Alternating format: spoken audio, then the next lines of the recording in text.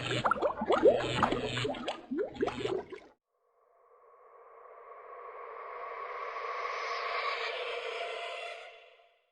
guys, Freaky Finance here. Today I'm going to do a fun video on Tidewater Renewables. We're taking it back to Canada.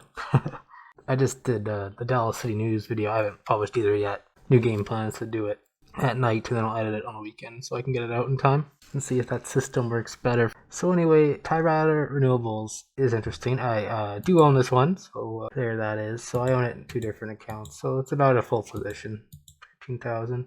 One of the things I was contemplating doing at the time was either to buy the renewables or buy Tidewater Midstream, which owns 69% of Tidewater Renewables. They just spun it out, and they spun it out into the decline that we saw in small caps, and so no one's been on the bid on this one. And there's also a further reason why it declined.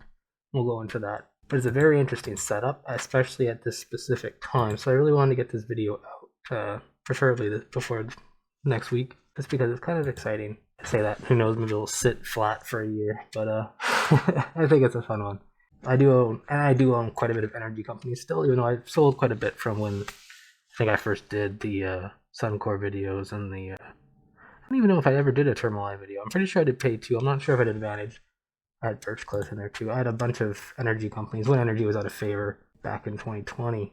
I still own quite a bit. I think it's like 20,000 in aggregate. Anyway, I just didn't want to add into energy, instead I want to add, I still am, I'm adding to renewable energy, but I wanted to specifically get some exposure into this and improve my understanding of it as we go through it. That's kind of how I learn over time, is by tracking things, and I think this one's very interesting. I'm just showing Brookfield there as well, because I do own that one, and they are also expanding more into renewables. The Brookfield Renewables, which is actively making quite a bit of acquisitions lately into the space. So anyway, let's jump to it.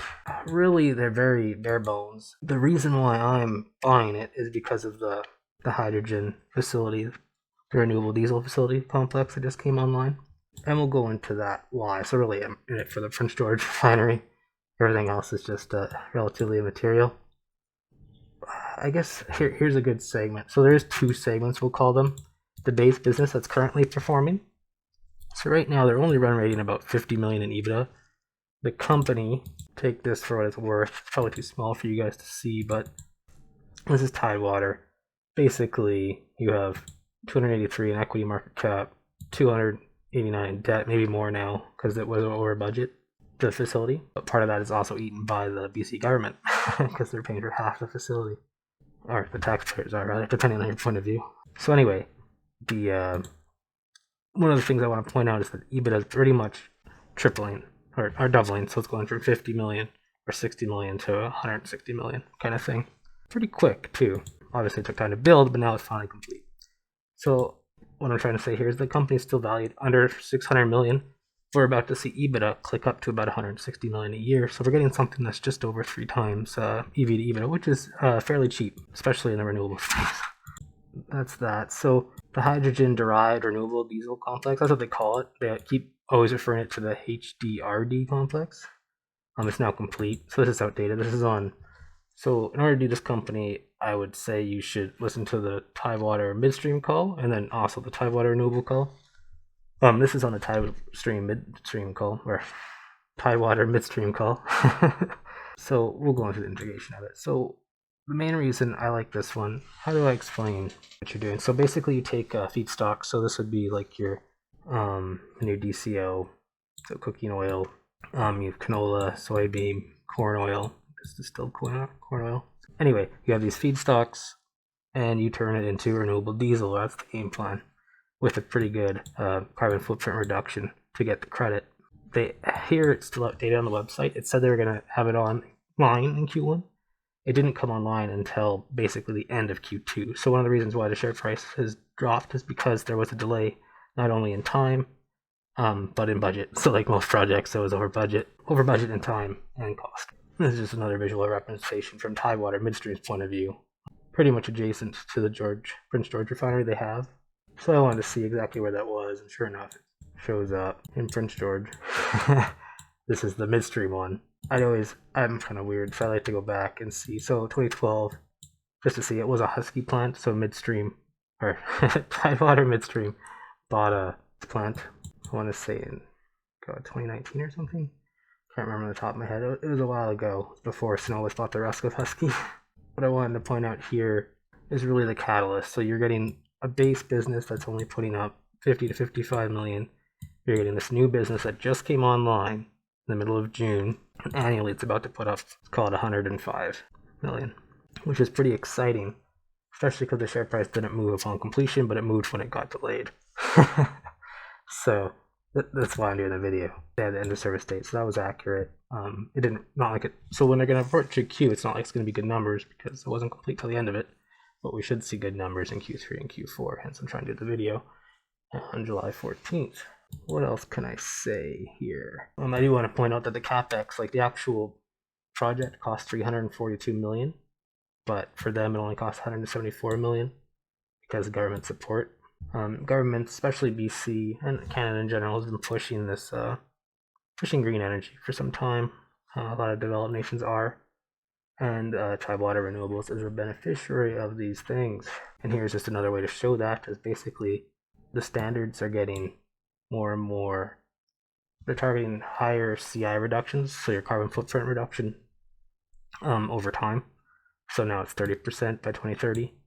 And this should support the sales price. So again, they have feedstock. So just imagine like you're, I don't know, cooking oil, and you're putting it in and you're coming out with renewable diesel, and you're making a spread based on your input costs and obviously the cost of the feedstock, but also what you're going to make on the actual, you sell the credit that you're getting, or the product that you're getting for that person's credit. Anyway, I just wanted to show here the trend in the price. So it started only at 100, went down, and then all of a sudden it started going up quite a bit when they started increasing on the requirement, and they're only increasing the requirement. You see this line is fairly steep going down, and I think that's going to further support this price over time.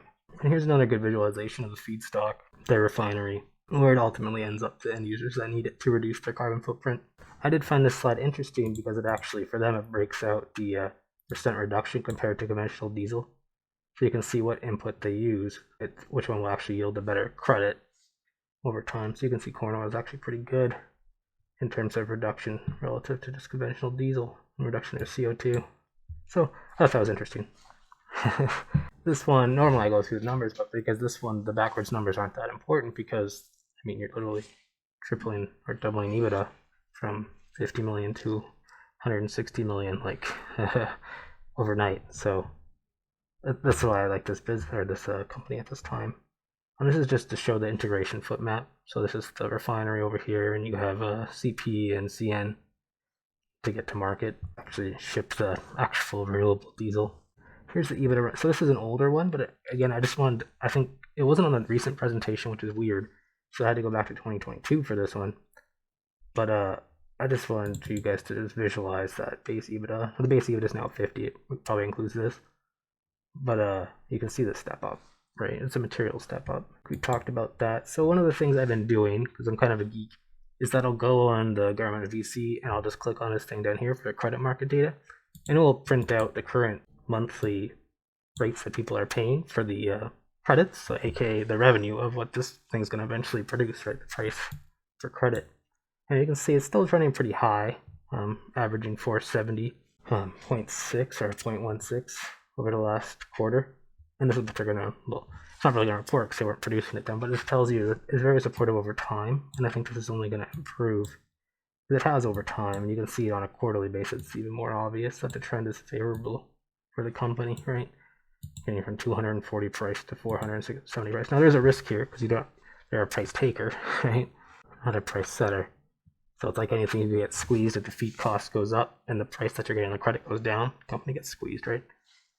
Right now you have the opposite. You actually have the feedstock cost coming down with commodities, but then you're having these prices actually stabilize or slightly increase. So I find this very interesting. This is what I want to track over time going forward on it to see how the prices are doing, because I think will be indicative of how the quarter reports. What else is there? Oh, this is just the commodity. So you've seen corn drop from 800 to 500 in a year. Soybean oil, similar story, but less static, from 80 to 65. And the soybeans in general, 1750 to, so again, the same kind of trend, right? You're seeing the input feedstock costs go down, which should increase margins. And importantly, this is as the things complete. So it's the project economics have only gotten better. in the recent year, because it took years to build this. I already talked about that Tidewater Midstream has 69% of the business. This one I want to point out that's very short-lived. So they literally IPO'd when it was hot. Or not IPO'd, spun it off when it was hot, when renewables were still being chased relatively. They kind of missed the real bubble in very early 2021, but they caught the part of it here. It's been getting killed ever since. And then here's when the delay was. So it's kind of stabilizing around this, like, I want to call it 10 to 12 range. And then it just got blowing up when they were over budget on cost and on time. And then it went all the way down, so I started buying it because I thought it was interesting. And then I started buying more of it down here. Didn't get to bottom, obviously. Anyway, and then all of a sudden in the middle of June, they said, we're complete now. And the thing barely moved. And they basically just said, we're going to make double the money. Finally. So the execution risk was finally gone. The over budget risk is finally gone. Right? But the share price barely budged. And you're still at 8 versus, say, the 11 that it was sitting as an average around for a while.